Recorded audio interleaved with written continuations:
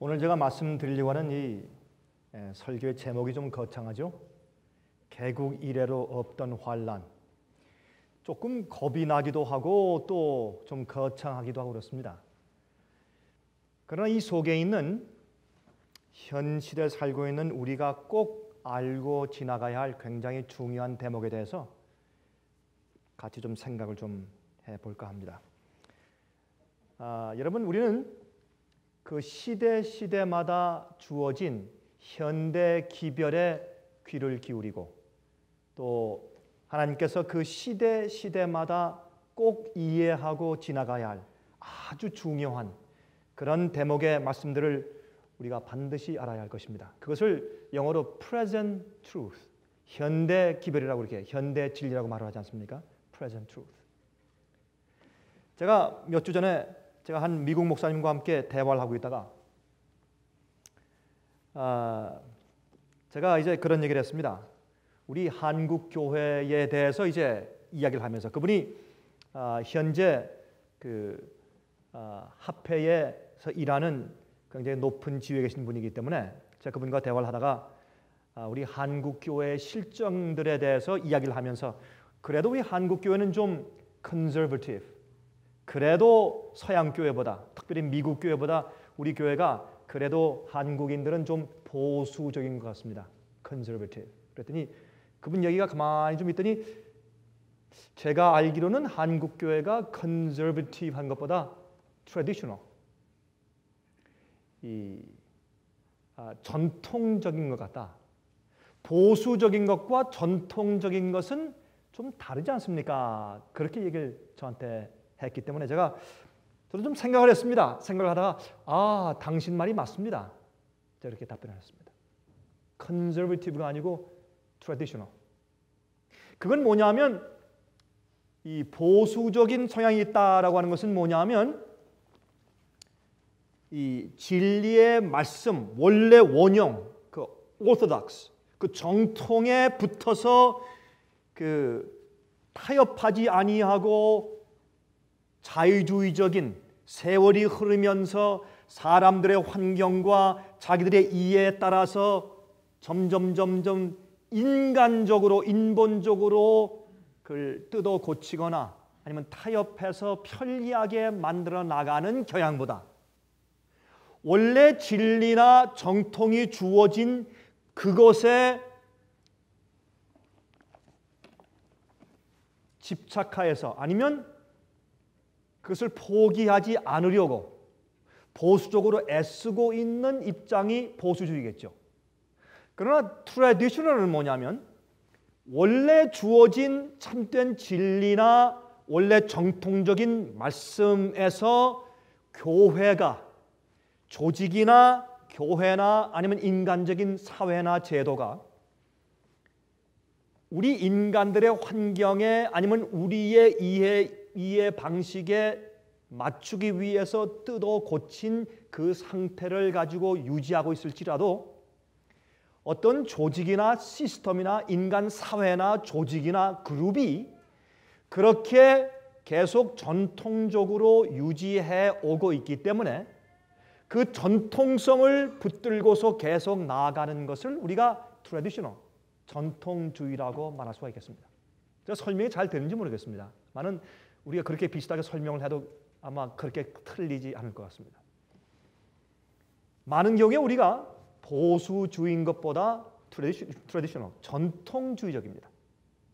그래서 이것이 정말 하나님께서 말씀하신 원래의 말씀인가라는 것을 따지기보다 교회가 무엇하고 가리키며 교회가 어떻게 이것을 취급하며 나가고 있는가, 교회의 방식과 습관이 어떠한가에 충성을 다하려고 하는 전통주의 방식에 빠져 있는 것이 사실인 것 같습니다. 많은 사람들이 나는 보수주의적이다 하는 사람들이 사실 따지고 보면 보수주의보다 오히려 전통주의에 빠지고 있는 것을 우리가 알게 됩니다.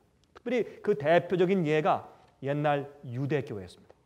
유대교회는 보수주의가 아니라 전통주의 사상에 빠져 있어서 그리고 보수주의 원래 진리를 가지고 그 진리 자체이신 하나님께서 오셨는데 하나님을 부인하고 그다음에 하나님을 예수 그리스도를 십자가에 못 박았습니다.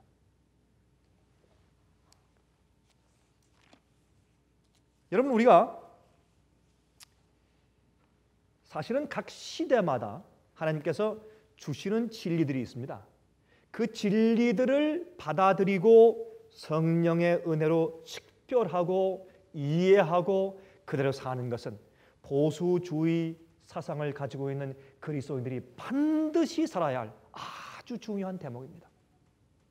옛날 유대인들은 보수주의가 아니고 전통주의였습니다.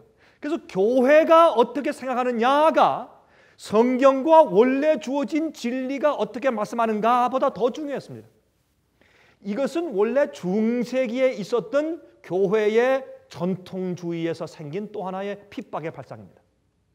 성경이 어떻게 말씀하고 있느냐 보다 교회가 어떻게 해석하고 있느냐, 또 교회가 어떻게 생각하고 있느냐가 더 중요했습니다.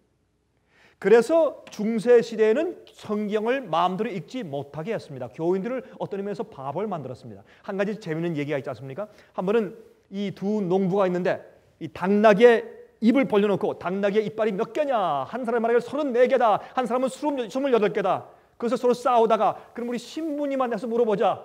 그래서 그 데리고 왔습니다. 데려가서 보니까 신부님이 좀 아마 좀 그날따라 아마 포도주를 많이 마셨던 모양입니다. 좀 건하게 취해졌어요. 그래서 신부님, 이 당나귀의 이빨이 몇 개입니까? 그러니까 이제 그분이 약간 좀 취한 입장에서 27개야. 그 다음부터 당나귀의 이제 이빨의 숫자가 27개가 되었다는 그런 우스운 얘기가 실제로 있었습니다. 이것은 이 사람들이 말씀에 접해서 말씀을 이해하는 성령의 역사를 좌절시키고 인본적인 생각으로 사람의 가르침과 신학의 가르침을 높인 그런 전통주의에서 온 것입니다. 여러분, 그 당시에 유대인들은 말이죠, 메시아의 오심에 대해서, 초림에 대해서 성경이 분명히 말씀하고 이사야 53장에 예수께서 오셔서 고난당하시고 우리 대신 채찍에 맞으심으로 우리가 나음을 받고 우리 대신 십자가에 돌아가심으로 우리가 구원을 받는 그 놀라운 예언을 그들이 제쳐놓고, 사실은 예수께서 이 땅에 두 번째 영광으로 재림하시는 것을 강조하면서 그들의 생활이 너무나 억울하니까, 너무나 가난하니까 그 압제에서, 로마의 압제에서 구속받을 것을 기리다가 오히려 성경에 있는 예수님의 초림의 예언을 재림의 예언과 뒤바꾸어 놓은 그런 전통주의에 빠져서 예수님을 십자가에 못 박았습니다.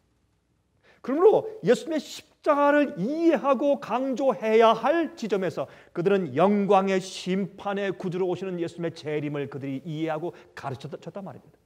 지금 교회는 전통적인 사상으로 어떻게 빠져 있느냐면 예수님께서 영광의 구름을 타고 심판주로 오시는 재림을 위해서 준비해야 하는 입장에 오히려 예수님의 옛날 행하신 십자가의 은혜만 강조하는 뒤바꿔진 전통주의의 교회가 빠져 있는 것입니다.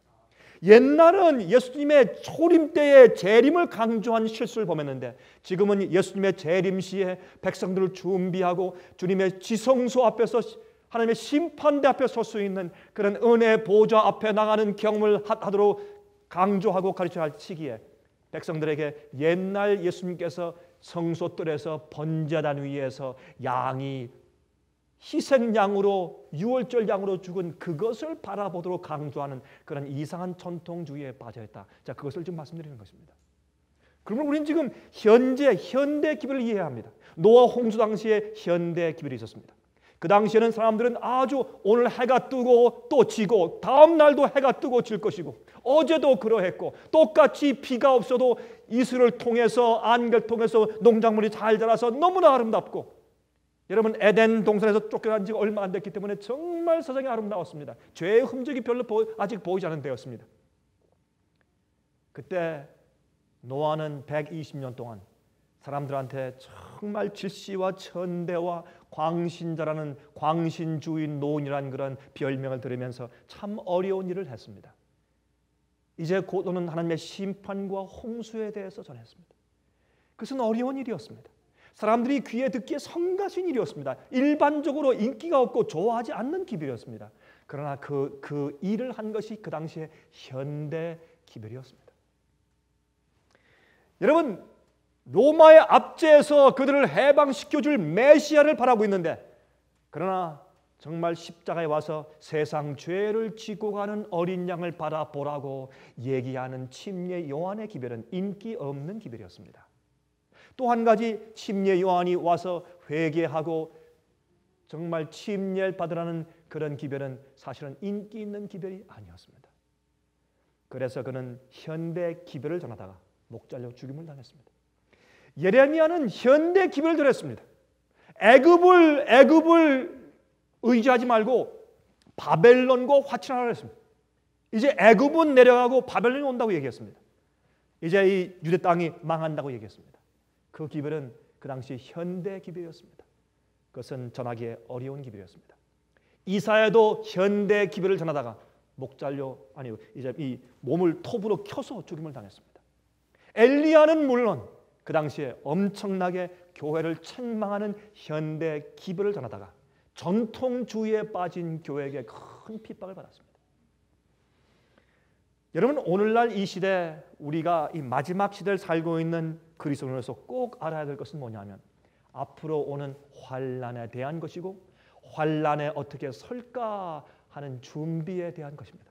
그것은 우리가 마땅히 지금 전하고 또한 계속해서 얘기해주고 설명해 줘야 할 중요한 우리가 살고 있는 이 시대의 현대 기별인 것을 알 수가 있습니다. 하나님께서는 그 시대마다 필요한 때 꼭 현대 기별을 주어서 곧 당초올 장래 예언적인 성취를 위해서 교회가 준비되도록 하시고 또 그렇게 해오신 것을 우리가 알게 됩니다. 다니엘 12장 1절입니다.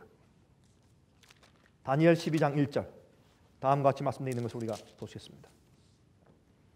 그때에 내 민족을 호위하는 대군 미가엘이 일어날 것이요 또 환란이 있으리니 이는 개국 이래로 그때까지 없던 환란일 것이며 그때에 내 백성 중 무릇 책에 기록된 모든 자가 구원을 얻을 것이라 그랬습니다. 여러분, 여기에 먼저 우리가 잘 알지만 한 두 가지만 설명을 좀 하고 뒷배경을 이해하고 지나가십시다. 여기 먼저 그때에 그랬습니다. 그때에 하는 것은 이것은 이 다니엘 11장 맨 마지막 44절 45절에 있는 요 배경을 말씀하시면서 그러한 일이 생길 때에 그런 말입니다. 여기 이것은 북방왕이 44절 그러나 동북에서부터 소문이 이르러 그로 번민케 하므로 이것은 마지막에 하나님의 성령의 늦은 비 성령의 충만을 받고 나가서 외치는 주의 백성들의 큰 소리 외침을 상징합니다. 나가서 동북에서부터 소문이 옵니다. 예수께서 동쪽에서부터 오실 것입니다. 여러분, 이제 보시면 알지만은 성소가 놓여진 그 방향이 지성소는 서쪽에 있었고 지성소로 들어오는 길은 동쪽에 있었습니다.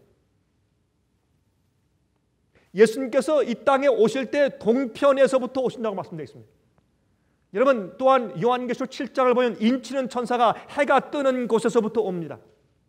그리고 이것은 예수님께서 이 땅에 오시는 재림의 기별을 말하는 것이고 예수님께서 하나님의 의를 가지고 이 땅에 오시는 의의 기별을 또 상징할 수 있습니다.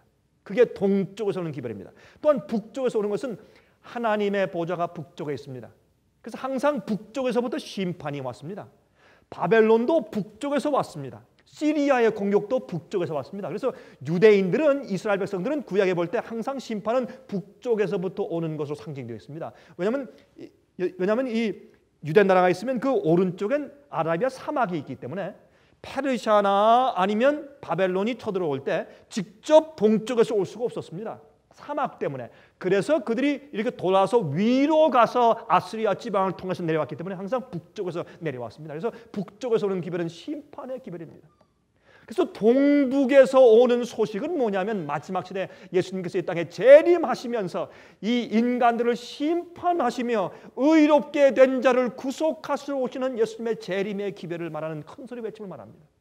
이것은 옛날에 오순절 당시에 성령이 임한 다음에 예수께서 이 땅에 십자가에 돌아가신 구세주로 임한 것을 얘기해서 누구든지 예수님의 십자가를 믿고 굴복하고 죄를 회개하면 구원받는 것에 대한 그 기별과 같이 맞물려서 맨 마지막은 이제 열매를 맺게 하는 추수의 기별이죠.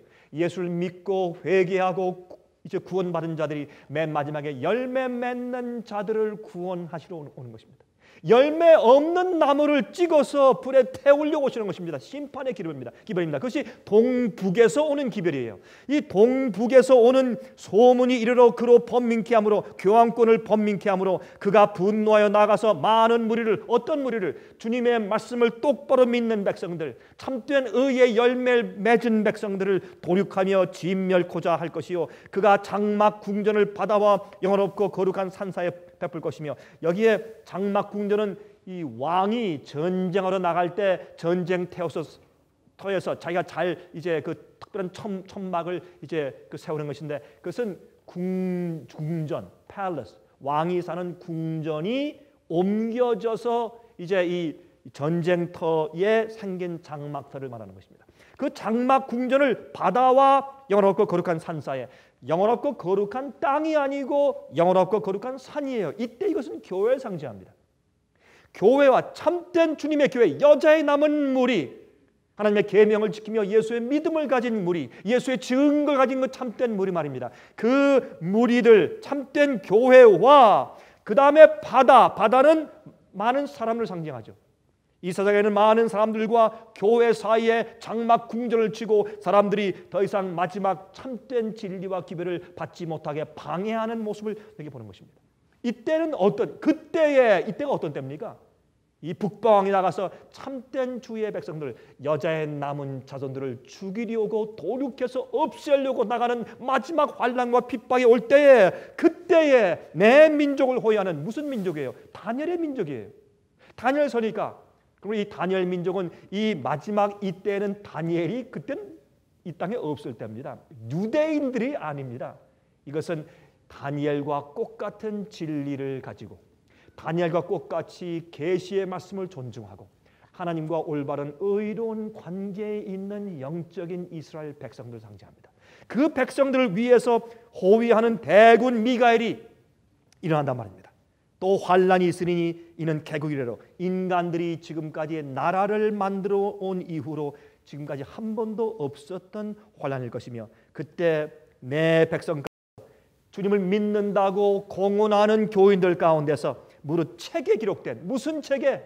생명책에 기록된 모든 자가 구원을 받을 것이라고 성경을 말씀하고 있는 것입니다. 여러분, 이 정도면 우리가 이 뒤에 배경을 이해했을 것이라고 생각이 됩니다. 미가엘은 성경에서 예수님의 별명이죠. 요한계시록 12장 7절에 말씀하기를 하늘에 전쟁이 있으니 미가엘과 그의 사자들이 용으로 더불어 싸울세. 그래서 천사들을 데리고 마귀와 전쟁하시는 예수님을 가리킬 때 성경은 미가엘 그랬습니다. 죽었던 모세의 시체를 부활에 데려가실 때, 마귀를 꾸짖으실 때 예수님의 별명이 미가엘이었습니다. 미가엘의 뜻은 누가 하나님과 같으냐 그런 뜻이에요. 누가 하나님과 전쟁을 하겠느냐 그런 뜻입니다. 그럼 얼마나 예수님께 걸맞는 그런 별명이 되겠습니까?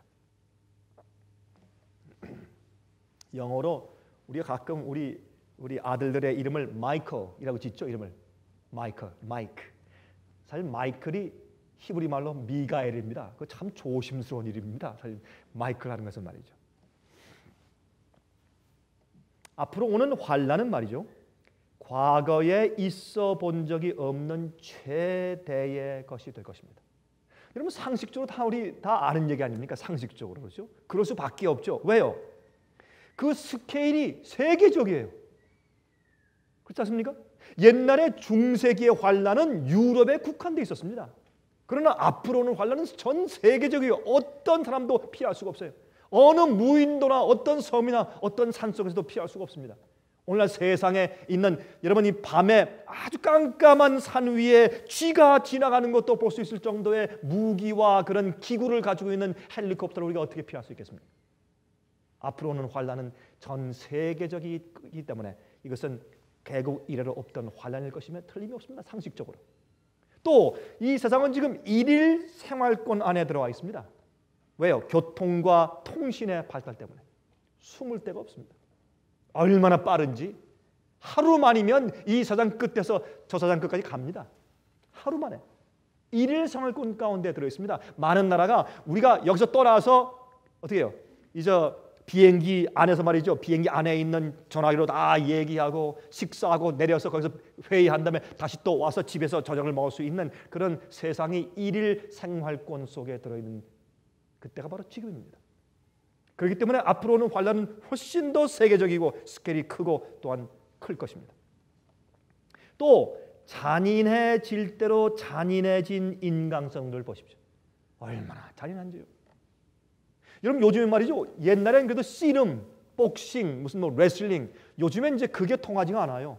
이제 뭡니까? K1 이게 뭐예요? 레슬링, 복싱, 발차기, 태권도 전부 다 포함된 것을 해야 사람들 속이 시원해요.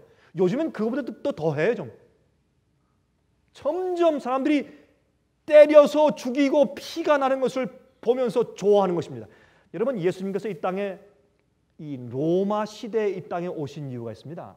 로마 시대의 인류는 이 인간이 이런 과학적인 이런 어떤 컴퓨터나 TV, 무기 같은 이런 비행기 같은 과학적인 발달이 없을 때 그런 문화 속에서 인간의 인간성이 가장 악랄하게 발달되었을 때가 로마 시대입니다.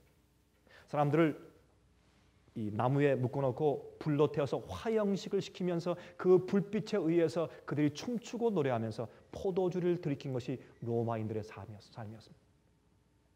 그렇게 악랄한 인간의 본성을 그대로 받고 예수님도 유전 법칙으로 그것을 받고 영향을 받고 태어나셔서 이 땅에서 우리처럼 시험을 받으시고 사시면서 성령이 충만함으로 전혀 죄를 짓지 않는 아름다운 의의 성품의 모습을 보이신 것입니다. 그래서 그렇습니다. 그래서 아무도 핑계하지 못하는 그런 시대에 오셔서 살아보신 다음에 예수님께서 우리를 어떻게 도와주실지를 아는 것입니다. 그것이 중보자고 그렇기 때문에 예수님을 성경은 대제사장이라고 설명하는 것입니다. 그래서 우리 주님이십니다. 구세주는 예수님께서 우리의 구세주이신 것은 우리의 과거에 지은 죄에서 용서해서 구하실 뿐만 아니라 오늘 내가 갈등하고 오늘 내가 싸우고 있는 그 죄의 현재의 문제와 힘에서 나를 보호해서 그 죄를 짓지 않게 구원할 수 있다는 것이 구세주가 아닙니까? 그게 주님이십니다. 오늘날 이 잔인해질 대로 잔인해진 인간성들을 보십시오. 여러분 컴퓨터 게임을 보십시오. 비디오 게임을 보십시오. 얼마나 악랄한 시대에 우리가 살고 있는지. 특별히 젊은 사람들에게 말이죠. 또한 이 악랄해진 핍박과 증오의 방법들, 다른 사람들한테 고통을 가하기 위해서 그 핍박하고 고문하는 그 악랄한 방법들의 극치들. 여러분 이런 것만 보아도 참 엄청납니다. 이런 것만 보아도 여러분 개국 이래로 과거에 있었던 환란보다 앞으로는 환란이 훨씬 더 클 것입니다. 감히 상상도 못할 것입니다.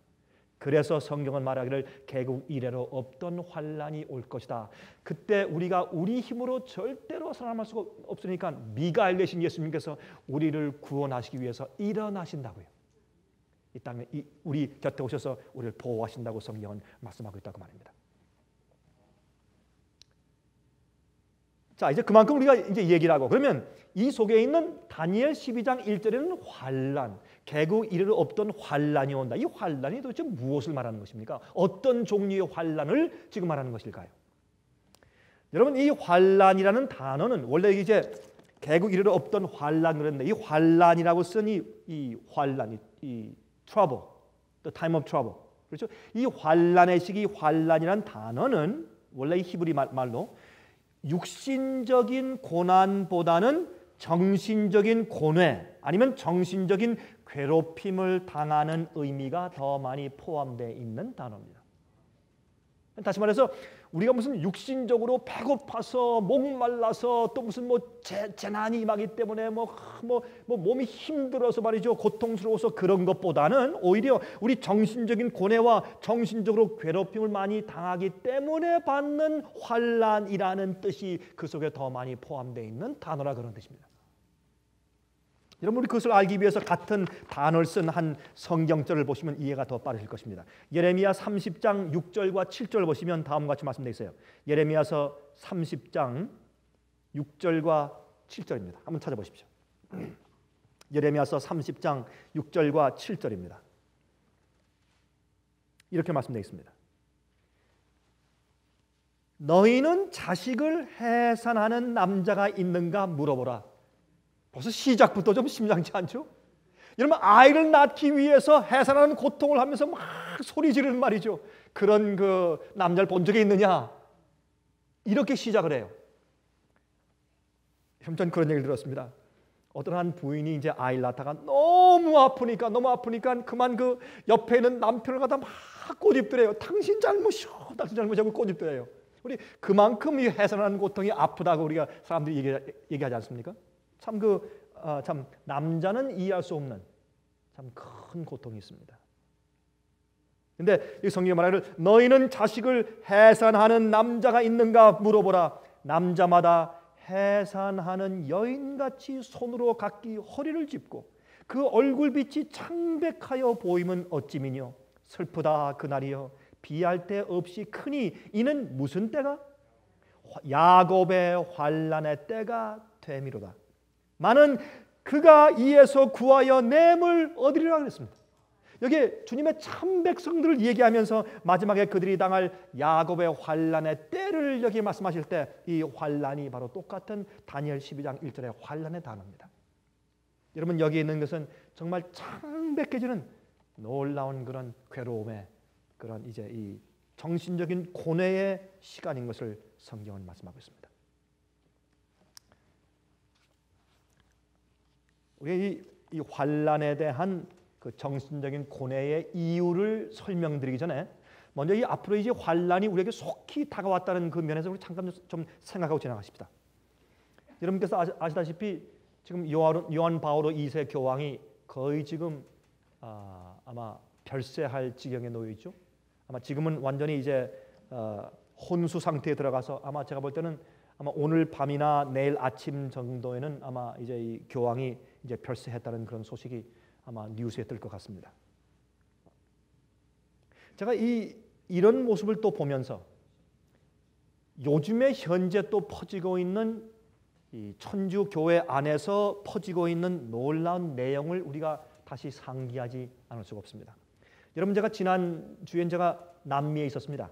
제가 남미에서 제가 이제 집회를 하면서 한 가지 놀라운 사실을 발견했습니다. 제가 미국에서도 듣고 또한 요한 바오로 2세도 그런 언급을 얼마 전에 한번 한 것을 제가 귀띔을 제가 해서 듣긴 들었습니다만은 그러나 좀 더 확실하게 그렇게 이제 그 내용을 접할 수 있었던 것은 제가 지난주에 제가 남미에 갔었을 때입니다. 요즘에 이 남미에 있는 이 로만 카톨릭 교회에서는 정식으로 이제 물론 이제 스페인어죠. 이렇게 이제 써가지고 그것을 각 교인들한테 이렇게 나눠주는 그런 일들을 지금 하고 있어서 남미에 있는 이 카톨릭 교인들에게는 굉장히 큰 이슈가 되고 있습니다. 그 이슈는 뭐냐면 옛날 파티마에 있었던 이 성모 마리아의 출현 얘기와 또한 그 성모 마리아가 출현했을 때 세 어린 아이들이 계시를 받았지 않습니까? 그것은 그 당시에 뉴스에 온 세계에 떠들썩했던 이제 그런 얘기입니다. 그때 그 세 어린 아이들이 계시받는 장면도 지금까지 그 뉴스 클립으로 지금까지 남아 있습니다. 제가 한번은 그 비디오 어떤 프로를 만들 때 제가 그것을 사용한 적이 있습니다만은 그 어린 아이들이 이제 그런 계시를 받았는데 그때에 그 아이들에게 계시를 준 이 마리아가 나타나서 그 아이들에게 어떤 특정한 계시를 주었는데 그 계시가 완전히 알려지고 공개가 안 됐습니다. 왜? 어떤 것들은 세상 맨 마지막 끝에 관한 계시이기 때문에 이것은 사람들의 마음 가운데 굉장한 이 동요를 일으키고 불안감을 일으키고 이게 굉장히 두려운 그런 계시이기 때문에 이것을 감추자 해서 이 로마 천주교 바티칸에서 그것을 감추었습니다. 이걸 이제 공개하지 않았습니다. 공개하지 않은 그 마지막 부분의 계시가 최근에 공개되었다는 것입니다. 그것 때문에 굉장히 요즘에 이제 이 카톨릭 교인들 가운데서 보수적인 것보다 전통적인 이제 로마 교회 교인들이 굉장히 떠들썩한 그런 분위기에 있는 것을 우리가 접할 수가 있습니다.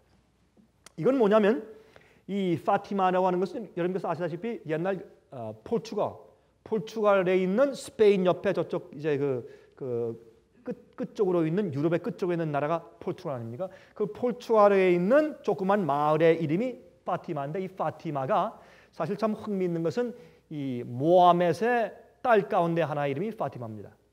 굉장히, 여러분 제가 이 말씀을 좀 드릴 시간이 없지만 이건 굉장히 흥미있는 얘기예요. 이제 이 아랍권까지도 이 성모 마리아를 숭배하는데 결국 나중에 결탁하게 될 것에 대한 하나의 이제 예언이기도 한데 1950년도에 포르투갈에 있는 파티마라고 하는 마을에 살고 있던 세 어린아이들이 마리아가 나타나서 계시를 주기 시작했습니다.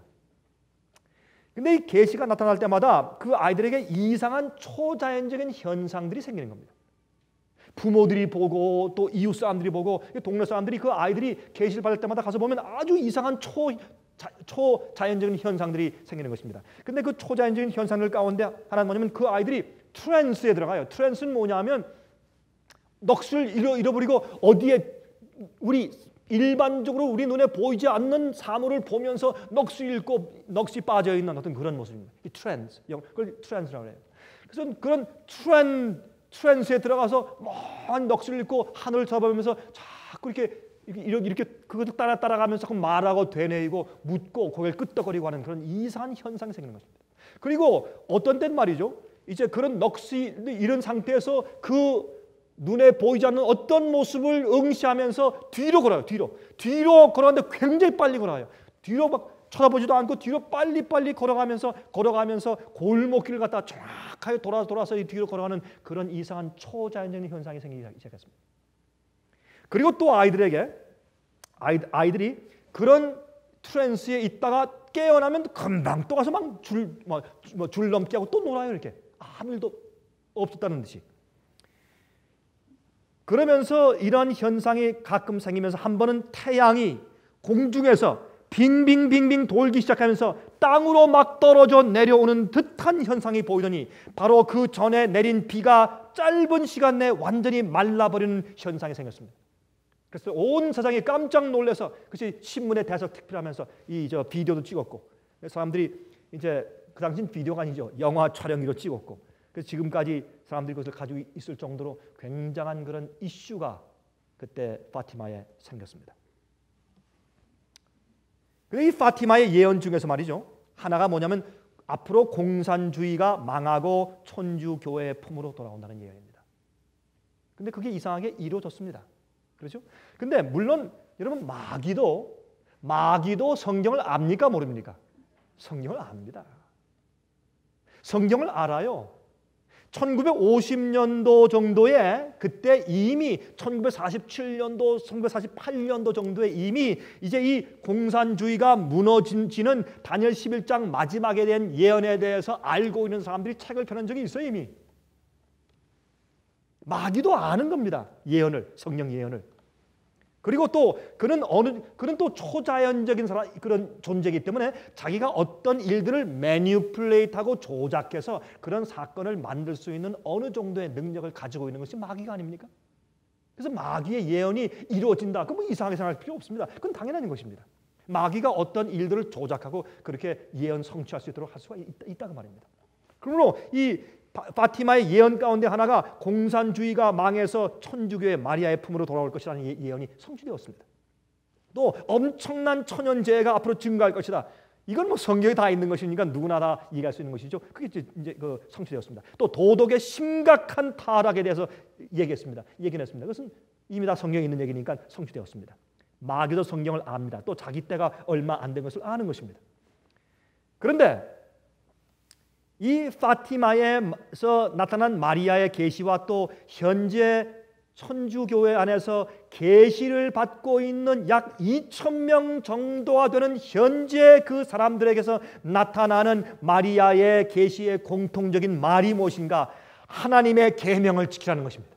참 고칼 노릇입니다. 누가 할 얘기를 그들이 다 하고 있어요. 이게 무엇입니까? 이게 기만입니다. 여러분 하나님의 계명을 지키라는 얘기가 상당히 막연한 얘기입니다. 그 안에 주님의 뜻대로 성경과 진리대로 어떻게 해야 될 것은 말하지 않습니다. 그냥 하나님의 계명을 지키라. 도덕이 너무 타락했다. 그 말은 누가 못합니까? 그래서 앞으로 이렇게 알고 있는 사람들이 앞으로 마지막에 정말 바벨론에서 나오라고 하는 주님의 성령의 참된 음성이 들릴 때 많은 사람들이 마음을 닫을 것입니다. 마귀가 그렇게 사람들을 지금 미혹해 놓고 있는 것을 여러분께서 눈으로 보셔야 할 것입니다. 여러분 이게 무슨 때입니까? 개국 이래로 없던 환난의 때가 올 시기라 그런 뜻입니다.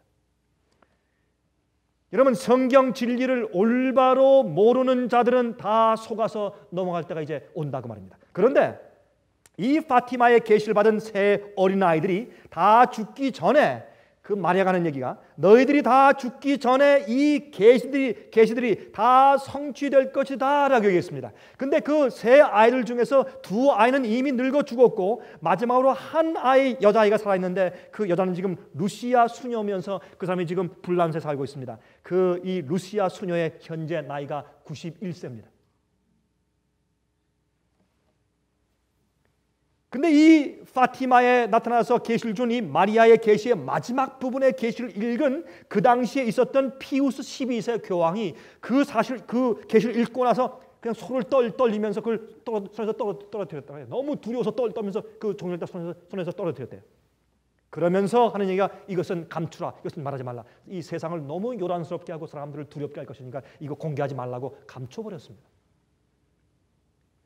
이제 오늘 아니면 오늘 밤 아니면 내일쯤 이제 별세하려고 지금 이 완전히 그 아주 중한 중세에 빠져 있는 그런 이제 무의식 가운데 빠져 있는 지금 요한 바오로 2세도 그 내용을 읽고 나서 너무나 충격적이라 사람들이 놀랄 것을 우려해서 밝히지 말라고 했습니다. 그것이 요즘에 그것이 공개되었습니다. 그것이 이 로마 교회의 트래디셔널리스트, 전통주의자들의 손에 의해서 교회에 계속 이렇게 프린트물로 나누어지고 있는 것을 제가 보았습니다. 여러분 이제 교황이 어떤 사람이 저한테 묻더라고요. 교황이 죽으면 이제 어떻게 됩니까? 여러분 교황이 이제 별세하면 이 콘클라베라는 일이 벌어집니다. 콘클라베는 뭐냐면 이 라틴 말로 잠근다, 락갑, 이 잠근다는 뜻인데 그것은 이 로마 교회 80세 이하의 추기경 120명 정도를 지금은 이 80세 이하의 추기경이 117명인가 119명인가 있다고 그래요. 세상에. 그 사람들 다 불러 모아서 한 군데 비밀리에 모아서 일주일 동안 이제 투표를 합니다. 만약 거기서 투표하는 그 과정을 발설하면 그 사람은 이제 출교당합니다. 근데 이제 그래서 일주일 동안 이제 투표를 한 다음에 다시 교황을 뽑습니다. 이제 지난번 요한 바오로 2세는 이태리 사람 아닌 사람으로서 이제 교황이 되었는데 그 사람은 원래 폴란드의 이제 연극 배우였었습니다. 근데 이제 나중에 이제 천주교인이 되고 신부가 된 다음에 나중에 교황까지 올라갔는데 이번에는 아마 혹시 이 스페니시계 남미 계통의 교황이 될 가능성이 있다는 얘기도 들리지만 상당히 흥미있게 세상이 지금 주시하고 있는 것을 우리가 볼 수 있습니다. 그런데 우리 본론으로 돌아가서 이 파티마의 계시의 마지막 부분 내용이 최근에 공개되었는데 그 내용이 무엇이냐면 다음 같은 내용입니다. 지금부터 앞으로 2007년까지 앞으로 한 2년 남았지 않습니까? 지금부터 2007년까지 엄청난 재난들이 연속적으로 생길 것이며 특히 암흑재앙이 일어날 것인데 그 암흑재앙이 생길 때 진실된 로마 교인들은 방문을 닫고 그 암흑재앙이 지나가기까지 밖으로 나오지 말고 문을 잠그고 있으라는 겁니다. 그 암흑재앙이 세상을 꽉 채울 때 그때 지구의 인구의 반이 심판을 받아서 맞아 죽을 것이라고 그 이제 예언은 말하고 있습니다. 이건 마치 무슨 공상 과학 소설 같은 이야기지만 그러나 거기 이제 이슈가 뭐냐면 2007년 되기 바로 이전에 세상에 종말이 온다는 내용입니다. 우리가 마귀의 계시를 믿을 수는 없습니다. 물론이죠. 여러분 제가 어떻게 설교할 때 그 예를 믿읍시다 그렇게 말할 수가 있겠습니까? 마귀의 계시는 우리가 믿을 수는 없지만 그러나 참고할 수는 있습니다. 맞습니까? 우리가 전쟁을 할 때 적군들의 작전을 우리가 참고해야 할 것입니까? 그렇습니다. 그런 각도에서 말씀을 드리는 것이지 그 예언이 진짜 하나님의 계시니 믿자 그 말은 아닙니다. 그러나 그 파티마의 계시의 맨 마지막 부분이 이 교황들이 이것을 닫아라, 지금 말하지 말라라고 감출 수밖에 없었던 내용이 바로 이것이었다는 것이 요즘에 발표되었다는 것을 말씀드리는 것뿐입니다. 우리가 이 계시를 믿을 수는 없지만 참고할 수 있는 이유는 그 계시들 가운데 여러 가지들이 이미 성취되었기 때문입니다. 왜냐하면 마귀도 초자연적인 존재이므로 어느 정도까지는 사건들의 조작이 가능하고 또 마귀도 자기의 때가 얼마 남지 않은 줄로 알고 있기 때문에 그렇습니다. 여러분 한 2,000명 정도 되는 지금 수시로 마리아의 계시의 현실을 보고 있는 사람들 얘기 들어도 아주 비슷한 얘기를 계속하고 있는 것을 우리가 이제 보게 됩니다. 여러분 암흑재앙과 심판 때 다른 사람들 말 듣지 말고 집에 들어가서 문을 닫고서 기다리라, 그런 말들은 앞으로 말이죠. 앞으로 오를 믿는 자들을 거짓으로 인치기 위한 마귀의 수단이에요. 이제 앞으로 어떻게 해요? 그때에 동북에서 오는 소문이 올 것을 마귀가 아는 것입니다. 이제 곧 어떻게 성령의 큰 역사, 잘못된 진리와 오류에 빠진 사람들을 불러내는 진짜 영원한 복음이 참으로 전파될 때가 올 것을 마귀가 미리 보는 것입니다. 이제 오는 것을 아는 것입니다. 이제 또 하나님께서 참된 진리로 백성들을 불러내어서 구원할 그 역사, 큰 소리 외침이 올 것을 마귀가 미리 보는 것입니다. 그래서 어떻게 이제 곧 이제 암흑재앙이 온다. 그때 너희는 방 속에 들어가서 문을 닫고 아무 말도 듣지 말고 귀를 가리고 거기 있으라. 그 시간이 지나갈 때까지. 이렇게 해서 마지막 바벨론에서 나오라는 참 성령의 큰 소리 외침에 귀를 기울이지 못하도록 미리 교육시키고 있는 마귀의 역사를 우리가 분명히 보아야 할 것입니다. 자, 우리가 이런 입장에서 그러면 우리가 개국 이래로 없던 환난, 이게 도대체 무엇 때문에 우리에게 환난을 줄 것인가? 이 환난이 언제 어떻게 올 것인가? 그거 알 수 있는 사람이 있으면 좋게요. 그건 우리가 모릅니다. 언제 주님께서 환난을 베푸실 것이며 또 어떤 방식으로 갑자기 임할지 우리는 알 수가 없습니다. 그러나 우리가 한 가지 분명히 아는 것이 있습니다. 세상의 징조들을 보면서 그때가 멀지 않은 것만큼은 분명히 합니다. 여러분들이 이제 분명히 속히 온다고 미리 준비하고 있다가 혹시 늦게 오더라도 여러분들은 손해날 것이 없습니다.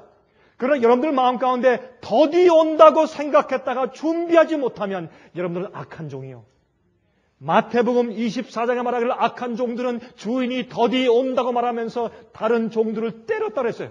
예수님의 속히 오심과 세상의 마지막 환난이 속히 오음에 대해서 또 우리가 빨리 영적으로 준비해야 함에 대한 이야기를 할 때 사람들이 어떻게 해요? 광신저격에 가면서 그 종들을 때리는 것이 오늘 현재 예수께서 재림하시기 이전에 오늘 사태가 아닙니까?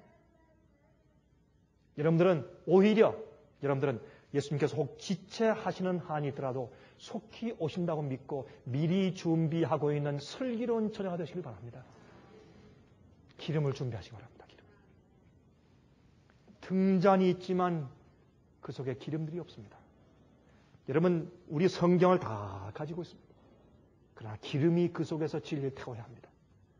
여러분, 진리로 성화됨을 받지 못한 자들은 앞으로 진리를 믿는 자들에게 원수가 될 것입니다. 진리는 그 진리가 나를 변화시키고 나를 거룩하게 만들어야 그게 진리입니다. 진리는 우리가 이해하는 것으로 그치는 것이 아닙니다. 진리 속에 기름이 있도록 하십시오. 진리 속에 빛이 있도록 하십시오. 우리의 어두움을 항상 비치는 빛이 되는 성령의 기름을 마음가운데 항상 받으셔야 합니다. 네. 그래서 내 속에 감춰진 죄를 굴복할 수 있는 성령의 기름을 받아야 합니다. 그러면 여러분, 정신적인 고뇌가 오는 이유가 무엇입니까? 첫 번째, 왜 개국 이래로 없던 그 환난은 오히려 정신적인 고뇌인데, 그러면 정신적인 이런 고뇌가 오는 이유가 무엇이겠습니까? 두 가지입니다. 첫 번째, 핍박의 크기와 그 형편 때문에. 핍박이 이렇게 큰 핍박과 형편이 올 것 사람들이 감히 상상을 못했어요. 그래서 사람들이 큰 마음 가운데 정신적인 고뇌를 받는 것입니다. 본인과 가족들의 생명에 대한 위협을 받습니다. 괴롭고 외롭고 처절한 입장에 처하게 되는 것입니다. 그들이 깜짝 놀랍니다. 그들이 과거에 이런 경험을 당해본 적이 있기 때문에 그들이 이것을 이길 도리가 없습니다. 감당할 도리가 없습니다. 그래서 그들은 정신적인 고뇌 가운데 빠지면서 하나님께서 혹시 나와 내 가정을 버리셨는가 하는 오해에 빠질 정도로 엄청난 환난 가운데 그들이 들어가게 되는 것입니다. 그래서 그들이 사실은 큰 고뇌 가운데 들어가게 됩니다. 이때는 하나님께서 당신의 백성들의 성도들의 인내를 보여지게 허용하시는 시기입니다. 이때 이들은 자기들 생명의 위협이 있을지라도, 어떤 일이 생기고 어떤 불이익을 당할지라도, 어떤 일이 있을지라도 절대로 진리대로 설 것이고 나를 부인하지 않을 자들이다 라는 것을 증명해서 보여주시는 시기입니다. 이것은 어려운 시기입니다. 하나님께서 좋아서 이것을 허용하시는 것은 아닙니다. 그러나 마귀의 고소와 이 세상의 이 죄의 역사가 끝나기 전에 한 번은 반드시 주님께서 이러한 증명을 증인들 통해서 보여주시고 나서 끝내야 할 일입니다. 한 번은 당해야 될 일입니다. 이런 일이 있어야 하늘의 법정에서 이 사건이 끝나는 것입니다. 주님께서 그 일을 행하실 것입니다. 진리를 모르는 자들에게 오류에서 구원해 내는 일을 하시기 위해서 그런 고통 가운데 심지어 순교당해서 죽는 일이 있더라도 그들이 끝까지 진리를 위해서 서는 자들의 그 헌신을 보면서 많은 사람 가운데 드디어 마음이 깨어지고 마음 가운데 감동을 받고 그들이 이거 도대체 저 사람들이 믿는 것이 무엇인가 진리를 알아보고 싶은 마음이 생기는 것입니다. 여러분 옛날엔 말이죠. 어떤 사람들은 말이죠. 옛날 중세기에 성만찬 예식할 때 이것은 상징이요 실제가 아닙니다. 미산 잘못되었습니다. 그거 하나만 위해서 주장하다가 그는 순교당해 죽었어요. 어떤 사람들은 성경 예언 하나 때문에, 어떤 사람들은 계명을 지키는 것 때문에, 어떤 사람들은 말이죠 예배드리는 방식 때문에, 어떤 사람들은 신부의 제도를 부인하다가 그 몇 가지, 어떤 사람들은 한 가지 두 가지 진리를 그들이 고수하다가 그들은 생명을 바쳤어요. 어떤 사람들은 높은 절벽에서 뜨림을 당해서 떨어져서 창자가 터져서 죽었어요. 왜요? 그 하나의 진리를 고수하고 잘못된 진리를 가지고 있는 오류에 있는 사람들을 깨닫게 하고 그들을 거기서 건져내기 위해서 하나님께서 당신의 백성들과 성도를 희생시켰습니다. 이런 똑같은 일들이 앞으로 다시 생길 것입니다. 여러분 이런 일들을 위해서 하나님께서 핍박의 크기와 형편을 허락하실 때 그때의 성도들이 이 정신적인 고뇌에 빠지게 될 것입니다. 그러나 성경을 말하기를 그들은 앞으로 반드시 성공하고 그들은 승리할 것이라고 말씀하고 있습니다. 예수님께서 죽음을 승리하시고 십자가의 고통을 승리하시고 겟세마네 동산의 고뇌를 승리하시고 십자가를 지고 가시는 것을 승리하시고 괴로움을 승리하시고 외로움을 승리하시고 핍박을 승리하시고 이런 모든 것들을 승리하신 것처럼 우리도 앞으로 승리할 것입니다. 그것은 확실한 것입니다. 두 번째, 정신적인 고뇌의 환난의 이유 두 번째, 자기의 죄에 대한 마지막 씨름입니다. 자기의 죄에 대한 마지막 씨름이에요. 여러분 스가랴서 3장 1절부터 10절까지 있는 말씀 보시면 여러분 이번에 우리가 월간지에서 살아남는 이들 월간지에서 스가랴서 3장에는 그 계시를 우리가 다뤘지 않습니까? 그 계시에 대한 내용은 사실은 마지막 시대에 있는 백성들이 환난을 통과하기 전후로 해서 그들이 갖는 영적인 씨름을 말하는 것이에요. 그들이 죄를 어떻게 도말받는가 하는 과정을 그린 것입니다. 참 아름다운 계시예요. 여러분들은 우리가 많은 경우에 구약 성경 가운데 있는 내용들 가운데서 마지막 시대에 대한 우리에게 적용되는 많은 말씀들을 보는 것입니다. 특별히 말라기 4장 같은 것은 우리 시대에 있는 말씀 아니에요? 그렇잖아요? 스가랴서에 있는 많은 말씀들이 우리 시대에 대한 말씀들이에요. 에스겔서 36장, 예레미야 31장 우리 시대에 대한 말씀들이에요. 이사야 2장 우리 시대에 대한 얘기예요. 미가 5장 우리 시대에 대한 얘기들이에요. 많이 구약성경 가운데서 마지막 시대를 말하는 말씀들이 얼마나 많이 기록되어 있는지 모르겠습니다. 여러분 이 스가랴서 3장을 읽으면 마귀의 고소가 있습니다. 주님 앞에 여호수아가 대제사장이 그 교회를 대표합니다. 우리를 대표합니다. 무릎 꿇고 무릎 꿇고 이제 다 고개를 숙이고 있는데 그에게 더러운 두루마기가 입혀져 있습니다. 참 보기 흉해요. 우리의 죄를 상징합니다. 그때 마귀는 고소합니다. 그때 여러분 이걸 이해하셔야 돼요. 마귀는 형제들을 고소하는 자고 또 마귀는 어떤 자라 그랬습니까? 마귀는 거짓말의 아비예요. 그러나 지금 이 여호수아를 교회의 죄를 고소하고 있는 마귀는 거짓말하고 있는 것이 아니요. 맞습니다. 마귀의 고소가 옳아요. 왜? 우리가 그런 죄를 지었기 때문에 올바른 고소를 하고 있습니다. 그때 예수님께서 어떻게 합니까? 마귀는 그들의 과거의 죄들을 너무 잘 알기 때문에 낱낱이 지적하면서 이들이 구원받을 수 없습니다. 이들이 구원받으면 우리도 다시 하늘에 들어가야 합니다. 이렇게 고소하고 있을 때 참 난감한 것입니다. 그때 예수께서 말씀하기를 이들이 불에 타다 남은 나무 조각 같지 않느냐. 다시 말해서 내가 그들을 지금까지 이렇게 고소하고 괴롭혔으면 됐지 또 무엇을 더 하려고 하느냐? 그런 말이에요. 불에 타다 남은 나무 조각 같잖냐. 주님께서는 죄를 많이 지은 당신의 백성들을 불쌍히 여기세요. 근데 불쌍히 여기는데 어떤 입장에서? 옷을 새롭게 입힘을 받기 위해서 기다리는 교회예요.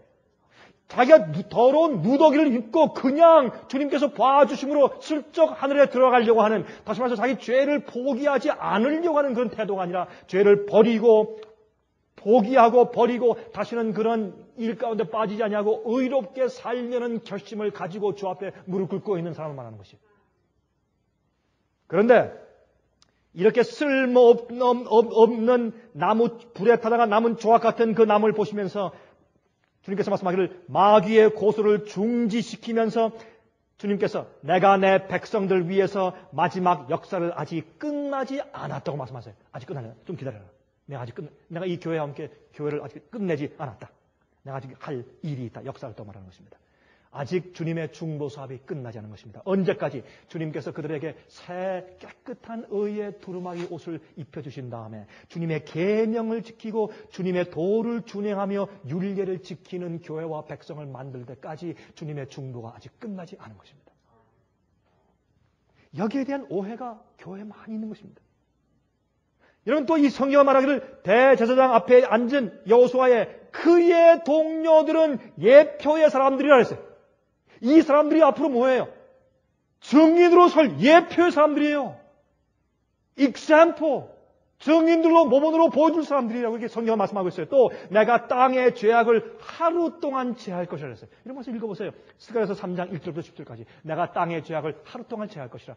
하나님께서는 우리 죄를 용서하실 뿐더러 우리 죄를 도말해서 씻어서 지워서 없애버리시려고 하시는 것입니다. 죄의 용서와 도말에는 차이가 있어요. 죄의 용서는 우리가 회개하고 십자가 앞에 나올 때 죄의 용서가 있습니다. 그러나 그 다음부터 우리가 대속죄일까지 가서 대속죄일이 필요한 것은 하루 동안은 대속죄를 말하는 것이에요. 대속죄의 죄를 도말하는 것은 뭐냐면 그 사람이 더 이상 그 죄를 짓지 않을 성품이 준비되어 있는지, 정말 그 사람의 회개가 정말 진실된 것인지, 그 사람이 주님의 계명을 지키고 죄를 버린 성품이 그 사람 가운데 있는지를 조사하시는 것입니다. 그리고 그를 인치시는 것입니다. 땅의 죄악을 내가 하루 동안 제할 것이라. 대제사장 앞에 앉아있는 그 동료들을 예표의 사람들이라고 불렀어요. 이 일을 주의 백성들이 통과해야 되는 것입니다. 그래서 그들은 이 참 마음 가운데 굉장한 그런 고뇌의 경험을 마지막에 하게 될 것입니다. 여러분 기억하세요. 그러나 생각해보세요. 예수님께서 겟세마네 동산에서 십자가 위에서 어떻게 했습니까? 자기가 죽게 되어서 완전히 버림받게 될지언정 나의 하나님 어찌하여 나를 버리십니까? 완전히 버림받아서 무덤 속에 들어가서 다시는 부활에 나오지 못하게 될지라도 하나님, 내가 아버지의 뜻대로 내가 죽겠습니다. 내가 저들을 사랑합니다. 이것이 예수님의 생애예요. 이것이 마지막 시대 백성들의 생애 품성의 성질일 것입니다. 그들은 어떤 일을 당해도 하나님 아버지의 뜻대로만 살려는 충성심을 가지고 있어요. 어떤 일이 있어도 버림을 당할지라도 주의 뜻과 주의 계명을 어기지 않는 품성을 가진 진실된 백성들이에요. 그 백성들이 마지막에 주님께서 인치실 것입니다. 그래서 그 믿음으로, 그 예수의 믿음으로 그들이 승리하는 것입니다. 예수님은 십자가 위에서 깜깜했지만은 하나님을 믿는, 아버지를 믿는 그 믿음으로 예수님께서 다 이루었다고 돌아가셨어요. 그것이 예수의 믿음이에요. 그게 마지막 성도가 가질 믿음입니다. 자, 시간이 이제 없기 때문에 잠깐 이 말씀 이제 맞춰야 되겠어요. 여러분, 14만 4천의 이름들을요, 요한계시록 7장에 나타난 순서대로, 여러분 요한계시록 7장을 보면 14만 4천이 각 12지파에서 나온다 그랬죠? 근데 그 12지파의 이름이 조금 달라요. 에브라임과 단 지파가 빠지고 므낫세와 요셉 지파가 들어갔지 않습니까? 또한 그 순서가 좀 달라요. 그러니까 요한계시록 7장에 나타난 순서대로 보고 순서의 그 이름의 뜻대로 정렬시키면 14만 4천이 어떤 사람들인가 하는 뜻이 나와요. 참 재밌습니다. 한번 보세요. 유다의 뜻은 찬양한다. 루벤은 아들, 갓은 한 컴퍼니, 한 그룹이라는 뜻이고, 아셀 행복하다, 납달리 씨름하다, 므낫세 잊어버린다, 시몬 듣는다, 레위 합한다, 이사갈 종들, 스불론 거한다, 요셉 더해졌다, 베냐민 그것은 오른편에 있는 아들들 그런 뜻이에요. 이것을 합치면 영어로 여기에 부사와 이 또 설명하는 문구를 한두 마디 조금 집어넣어서 이걸 한 문장을 만들면 이런 뜻입니다. 영어로 Praise a son, a company of sons, redeemed and happy after wrestling in prayer, forgetting self and the past, hearing God's word, joined to God as servants, dwelling with added joys and special blessings as sons of the right hand. 이것을 한국말로 번역하면 이런 뜻이에요. 찬양하라, 기도로 씨름한 후에 행복하여진 아들들의 무리여. 그들은 자신과 과거를 잊고 하나님의 말씀을 청종하여 하나님의 우편에 있는 아들들에게 합하여져서 살고 있는 하나님의 종들이여. 여러분 하면서 그 정도야 되겠어요, 여러분? 이게 보통 얘기예요, 여러분? 이게 마지막 환난 통과하는 백성들 얘기예요, 이게. 개국일 없는 환난 통과하는 백성들의 얘기가 여러분 계시록 7, 저는 항상 계시록 7장은 왜 이 이름의 순서가 바뀌었을까? 또 왜 이름이 이렇게 됐을까 생각했는데 보니까 이 뜻이에요, 이게. 아, 놀라운 얘기 여러분. 제가 지난주일에 한 난민 한 장로를 제가 만났는데 이 장로는 최근에 게릴라에게 잡혀가서 한 120일 동안 고생을 한 장로예요. 그가 꽤 크게 식품 공장 사업을 경영하던 사람이었는데 꽤 돈도 많이 버는 사람이었습니다. 근데 이제 하루아침에 게릴라가 와서 그를 붙잡았습니다. 그는 언제 죽을지 모르는 그런 입장에서 감옥 가운데서 산속에서 가족들도 참 조마조마하게 사는 그때 120일 동안 그 감옥 가운데서 지냈어요. 이번에 만나보니까 몸무게가 많이 줄었어요. 그리고 얼굴이 수척하게 되었어요. 그러나 한 가지 제가 보게 된 것은 뭐냐면 그렇게 자신감이 있고 말수가 많았던 사람이 조용해진 겁니다. 그리고 그의 입술 가운데서 하나님의 은혜를 많이 말하는 것을 제가 느끼게 되었습니다. 하나님의 구원과 구속하시는 은혜 이외에는 별로 중요한 것이 없다는 사실을 그는 실감적으로 느낀 것입니다. 120일 동안. 그런 준비가 여러분과 제 마음 가운데 오늘날 생긴다면 어떤 환난이 와도 문제가 되지 않을 것입니다. 환난 중에 하나님의 영광만을 위해 살아야 한다는 마지막 성도들의 일편단심의 경험. 이 경험은 갑자기 오는 경험이 아닙니다. 오늘, 내일, 모레, 매일매일 내가 주님께 굴복하여서 나는 흙이요 아무것도 아니고 주님의 성령이 내 속에 들어오셔서 하나님의 영광을 이루셔야 된다는 사실을 매일 알고 사는 사람, 자기 속에는 죄의 문제를 해결하는 사람, 그래서 어떤 일과 어떤 환경이 올지라도 그 어떤 어려운 일들이라도 주님께서 허용하지 않으면 내게 임하지 않는다는 사실을 믿고 어떤 일이 닥칠지라도 절대로 주님의 뜻과 주님의 법을 어기지 않을 사람, 그러한 경험은 하루아침에 오는 것이 아닙니다. 그러한 경험이 매일매일 여러분과 제 마음 가운데 임하기를 간절하게 바랍니다. 하늘에 계신 우리 아버지, 예수님께서 이 땅에 사신 것처럼 우리도 그 성품을 닮아 그렇게 충성스럽기를 원합니다. 주님이시여 매일매일 저희 마음속에 성령의 기름을 부으사 빛이 있도록 해 주시옵소서. 개국 이래로 없던 환난이 아니라 어떤 환난이 올지라도 주님께만 충성을 다하게 하시며 주님께서 우리를 들어 세우셔서 참으로 증인을 삼을 수 있도록 아름다운 의인들 되게 축복하여 주시옵소서. 저희는 흙입니다. 저희 속에 아무런 영광이 없습니다. 주님 저희를 도와주셔서 하나님의 영광을 심어 주시옵소서. 예수 그리스도의 거룩하신 이름만 의지하여서 간절하게 기도합니다. 아멘.